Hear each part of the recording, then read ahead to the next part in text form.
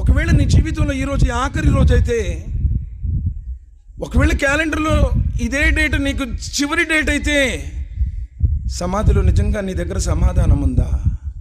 ఏదో కులంలో పెట్టే శుక్రవారం ఒకరోజు నమాజ్కి వస్తావు నువ్వు, జుమాకు వచ్చాను, జుమాకు వెళ్ళామండి, మేము జుమాకు వెళుతున్నామండి, మాకు కూడా అల్లా మీద ప్రేమ ఉందండి, మేము కూడా ముస్లిమ్సే అని చెప్పేసి నువ్వు దావా చేస్తున్నావు.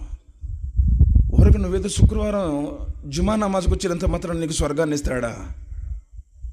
సోదరులారా, ఆలోచించండి. అత్యున్నతమైనటువంటి జీవన విధానాన్ని అల్లాహ్ సుబ్హానహు వ తఆలా ఈ ప్రపంచంలో మనకు చూపించాడు.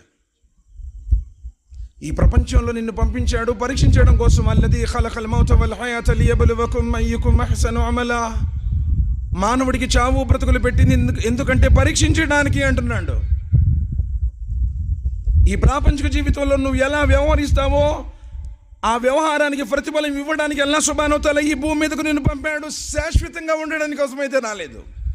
ప్రవక్తలన్నోళ్ళు ఈ లోకాన్ని విడిచి వెళ్ళారు కదా, మనమెంత? అల్లాతో మాట్లాడి వచ్చి స్వర్గ నరకాలను సూచించినటువంటి ప్రవక్త ముహమ్మద్ సల్లల్లాహు అలైహి వసల్లం వారు లోకంలో ఉన్నారా? సాక్షాత్తు అల్లాహ్ సుబ్హానహు వ తఆలా తన చేతులతో చేసుకున్నటువంటి ఆదం అలైహిస్సలాం వారు లోకంలో ఉన్నారా?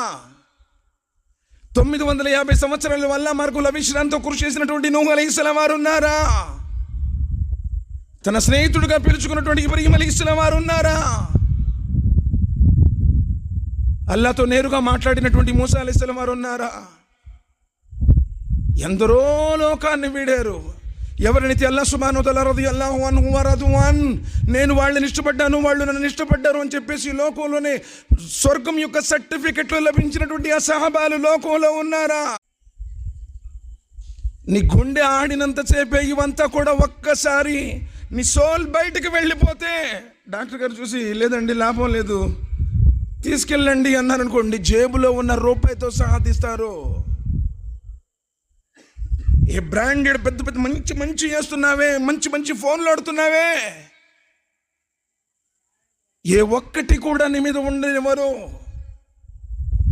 వేలుకున్నటువంటి ఉంగరం ఉండదు, చేతుకున్నటువంటి వాచ్ ఉండదు, జేబులో ఉన్నటువంటి వాచ్ ఫోన్ ఉండదు. చచ్చిపోగానే గుంటకెళ్ళారా, గుడ్డ తెచ్చారా, గుసులకి ఏర్పాటు చేశారా? ఏమండి చనిపోయాడు అని చెప్పగానే ఎప్పుడండి జనాజా, మట్టి ఎప్పుడు అని అడుగుతున్నారే? ఎన్ని రోజులు ఉంచుకుంటారని అడుగుతారా?